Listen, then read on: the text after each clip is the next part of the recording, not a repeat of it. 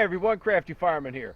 We're going with Winchester XPert22. A 42 grain copper plated hollow point. Right away you'll notice this hollow point is a lot larger than most 22 LRs. So the question is, does it actually make a difference in accuracy and performance? Let's find out.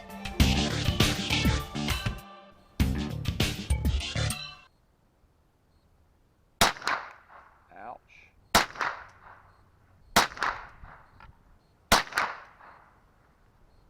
The first round fouling group at .76.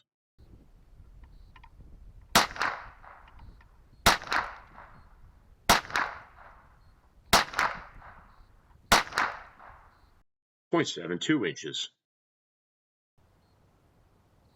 It's going to sound crazy, folks, but that has a smell like maple syrup.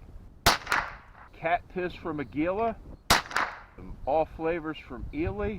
It's Winchester Xpert smelling like maple syrup. 0.89 inches.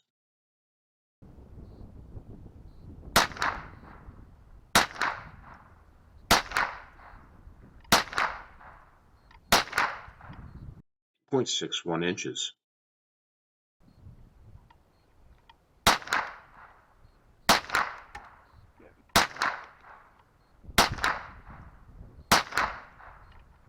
.72 inches with a final lot average of .74 inches.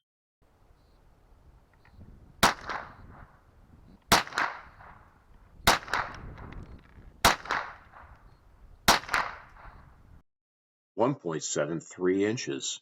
Have you ever fired the Winchester Xpert 42 grain copper plated hollow point? Drop a comment. Let me know what your thoughts on this are.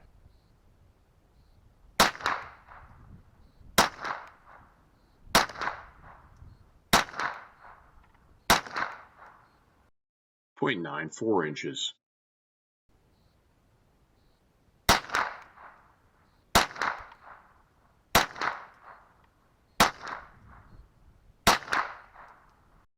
.31 inches. God, I want some scrapple, bacon, some kind of breakfast meat. This stuff actually smells really good.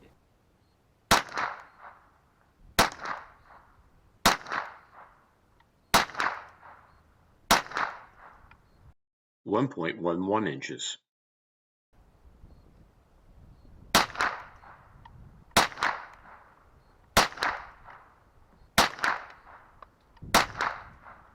.92 inches with lot 3 WC72L finishing up at 1.2 inch group average.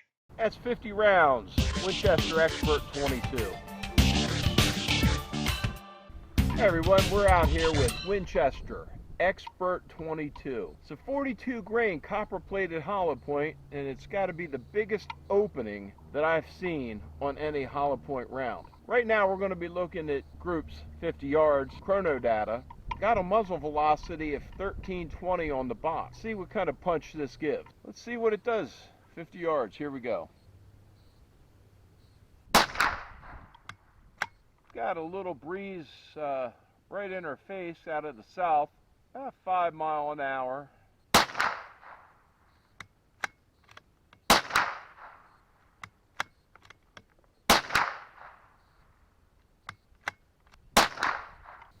Are you shitting me? 0.07 inches. Is this too good to be true?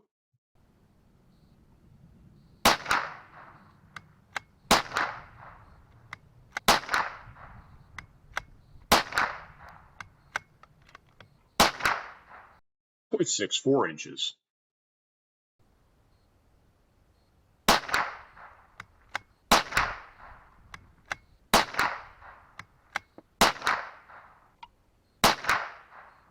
A sub-MOA group until the right side flyer, 0.83 inches.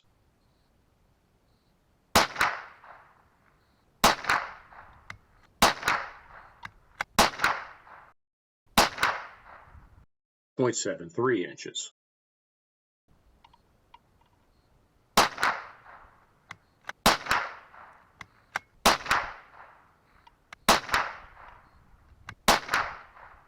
.54 inches. for a lot average of 0.56 inches or 1.07 MOA. Little secret here, folks. We're shooting a different lot number. It's there on your screen. I didn't have the first lot recorded, so I can't tell you what that was.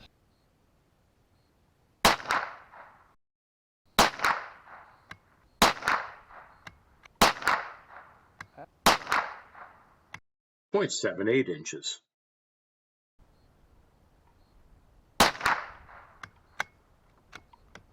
One thing I've noticed, we have a firm but not overly hard bolt closing.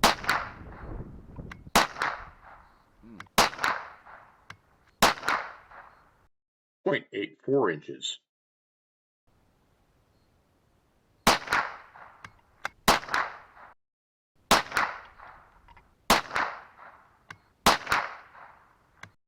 .79 inches.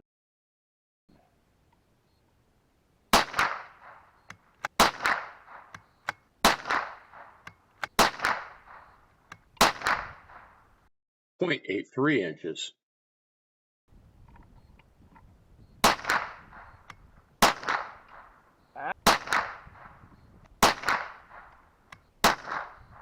For a lot group average of 1.02 inches. Go down and take a look. Well, folks, I'm assuming we got lucky on that first group. It was phenomenal. Leave a comment. Let me know what ammo you'd like to see tested next. all right, folks, we've got the XPert22, 42 grain copper plated hollow point. See how it does through the TX22, 25 yards on 3-inch steel. Here we go.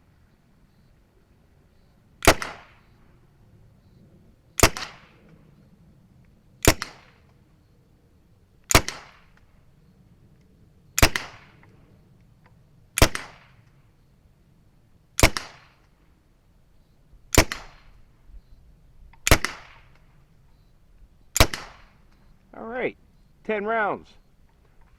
We're going to take and throw them through some ballistics gel. Look at expansion. See how it does. For now, we'll see you at the garage.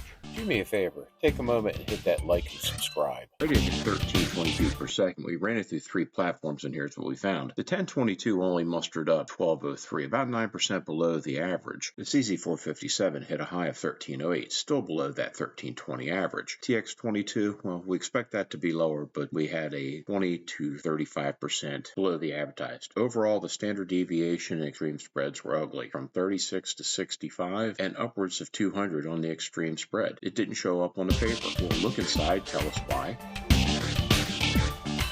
We broke down 3 rims from 2 different lots, and here's what we found. The first group had a 0.13 grain weight variation, with the rim thickness being spread out at 25 thousandths of an inch. The bullets were surprisingly consistent at 300ths of a grain, and the shiny pebble makeup, the powder is amazingly consistent at 800ths of a grain. The case variation only 500ths of a grain, with a total variation of 700ths of a grain, implying an even priming compound application. The second group was more consistent in some areas, wilder in others, with an overall weight variation only of 1100ths of a grain.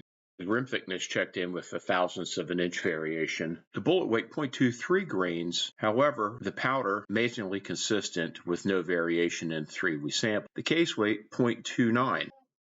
There should be a little bit of lead left in the case when I strip bullet. If that was the case, there would be an even breakdown in bullet case and time weights. So we're going to do some hollow point testing. Got a couple rounds of Winchester XPert22. Let's see if you get it. That's a pretty good size hollow point there. We're going to look at expansion, see if it works, see if it's hype, see if it's a pretender or a contender.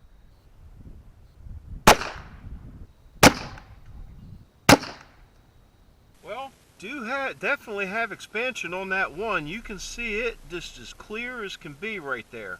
We're going to send 3 through the CZ457, see how it does out of a rifle.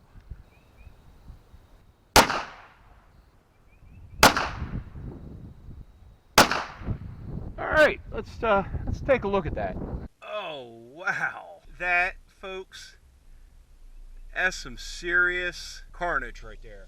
Looking at that business, that is what you want. Looks like we've had some collisions in there. All right, folks, we're lined up here. A little Sterling 22 pocket pistol. Point blank range. What do these do? Kind of impressed at distance. Let's see what it does up close. Is this a personal protection round too? Let's find out. Got a lot of splatter. Cycled. Doesn't exactly want to feed well, but okay, they ended up on this side here. Got one that actually went low, came out the bottom. Don't really have any type of expansion there. Don't know that it's a good job out of a micro pistol. We'll take a look at the other ones when we get it into the garage. We pulled out the rounds from left to right in the order of distance traveled, which was between 8 and 12.5 inches. The ones fired through the Sterling pocket pistol had the shortest distance traveled and no measurable expansion. 12 inches penetration, the first shot from the TX22 only expanded to .935, with his second and third shots fired showing significant expansion and disruption in the gel.